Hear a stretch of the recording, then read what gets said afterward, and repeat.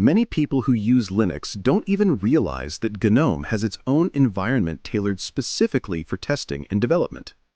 You want to know about GNOME OS, what it is, what its major features are, and where its strengths and weaknesses lie.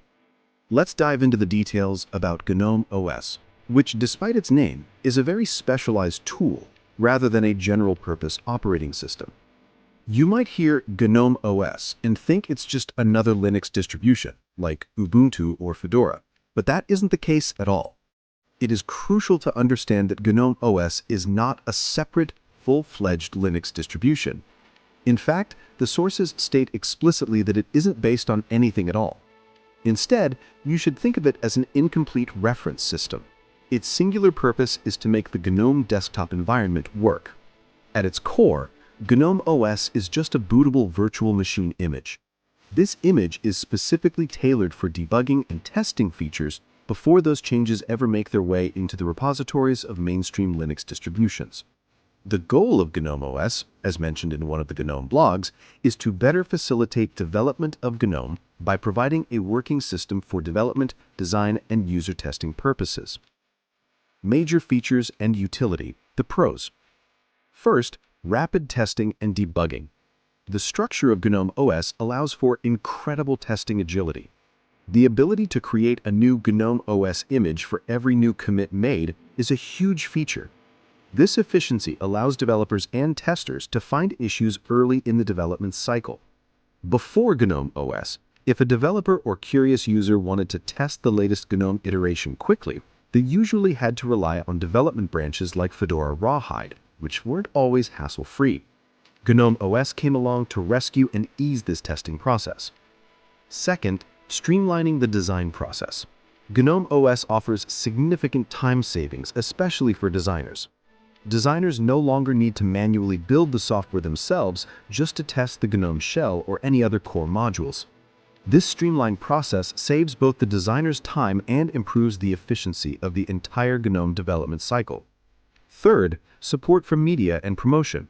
While it's primarily a developer tool, GNOME OS also serves the media.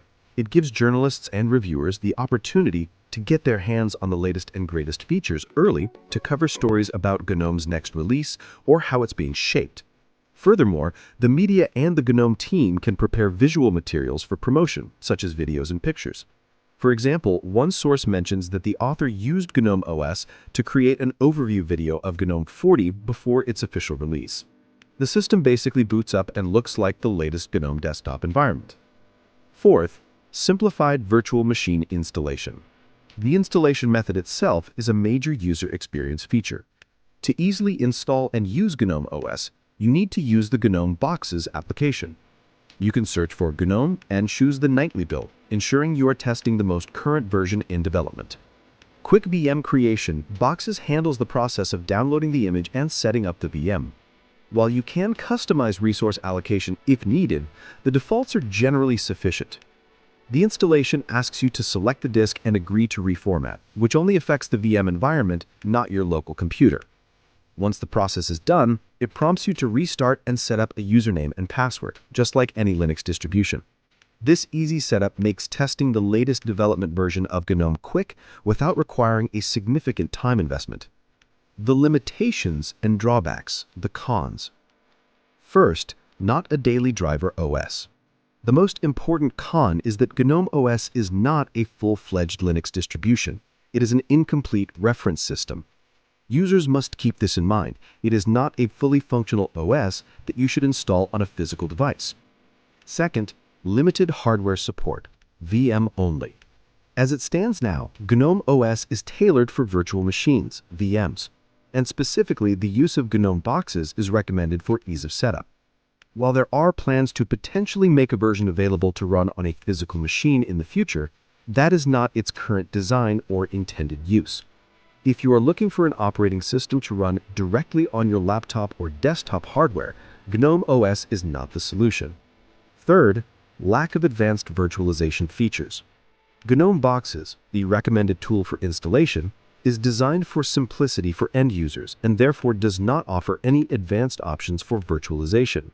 While this makes the initial setup easy, users needing intricate VM controls, example, specific networking configurations, or advanced hardware emulation, might find Boxes restrictive.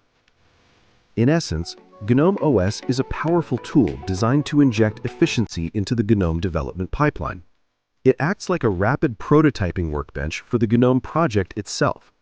It allows developers, designers, and the media to easily and quickly access the latest nightly development builds of the GNOME desktop environment without the hassle of setting up complex build environments or relying on potentially unstable full-scale development distributions.